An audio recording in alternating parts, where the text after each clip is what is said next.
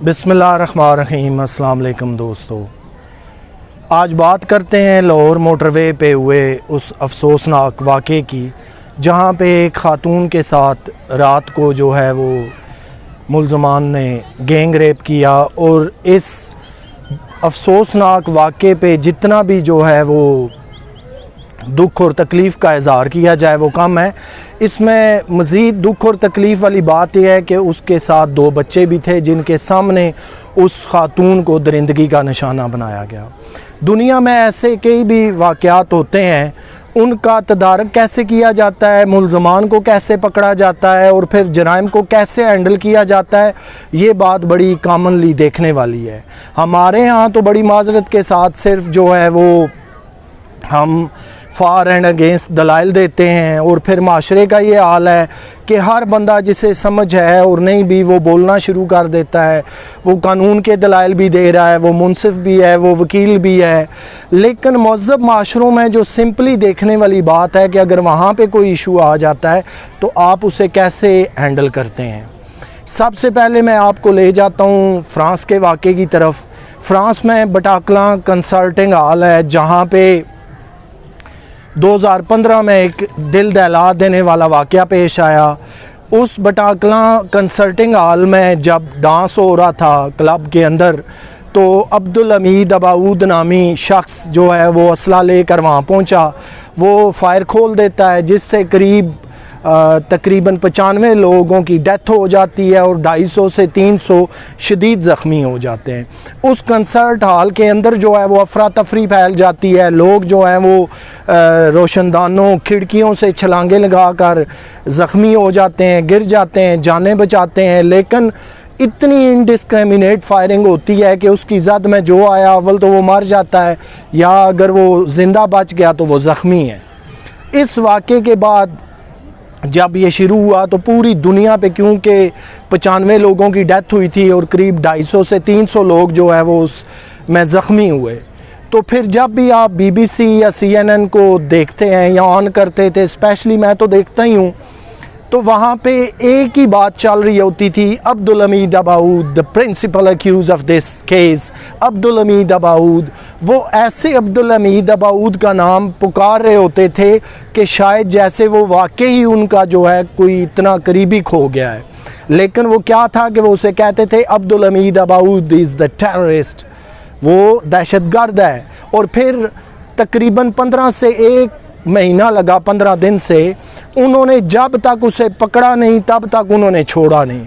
और फिर उनके लिए ब्रेकिंग न्यूज़, टॉप स्टोरी यही रही कि अब्दुल हमीद अबाऊद कहाँ है।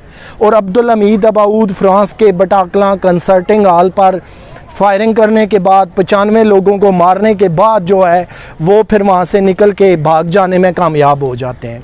15 दिन से लेकर 1 महीना लगता है, लेकिन फ़्रांस की पुलिस, फ़्रांस के इदारे, जितने भी सिक्योरिटी के इदारे हैं, लॉ एंड आर्डर को नाफिज करने वाले इदारे हैं, वो अब्दुल हमीद अबाऊद को भूले नहीं हैं।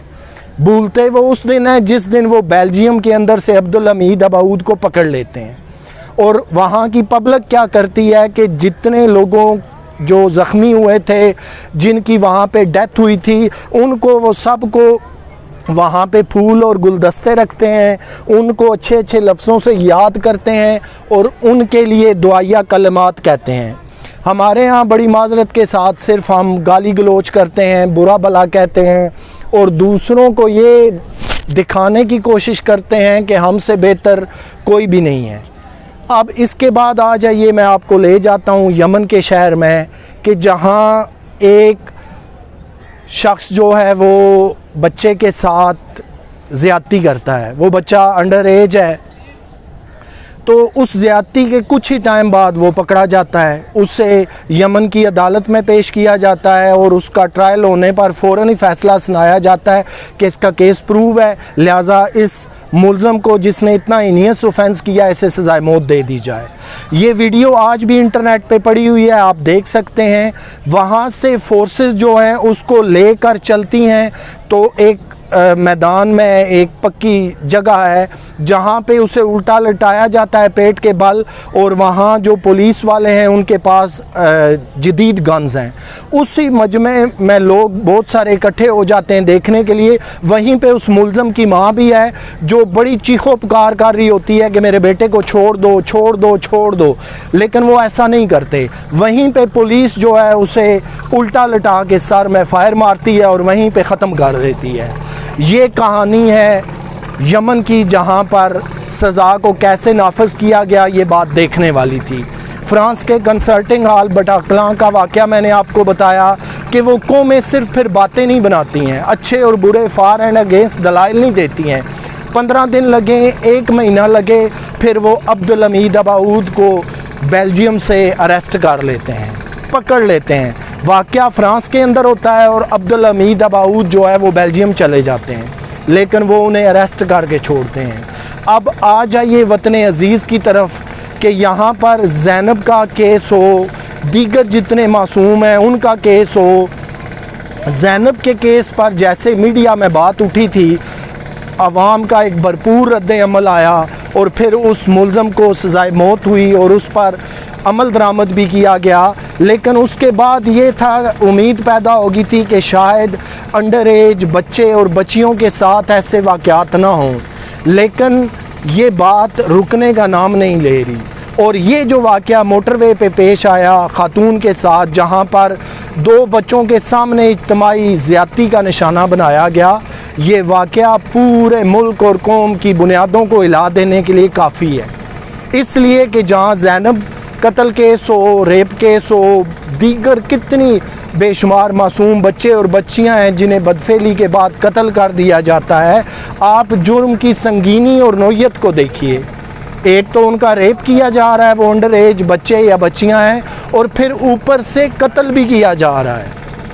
और फिर एक वाक़या नहीं, 2 नहीं, रैपिडली ऐसे रोज़ वाक़यात जो है वो माशरे का हिस्सा बनते जा रहे हैं। हम अपने हिस्से की लान तान करके भूल जाते हैं कि शायद हमने जो है वो इनका बिल्कुल ख़ात्मा करना है।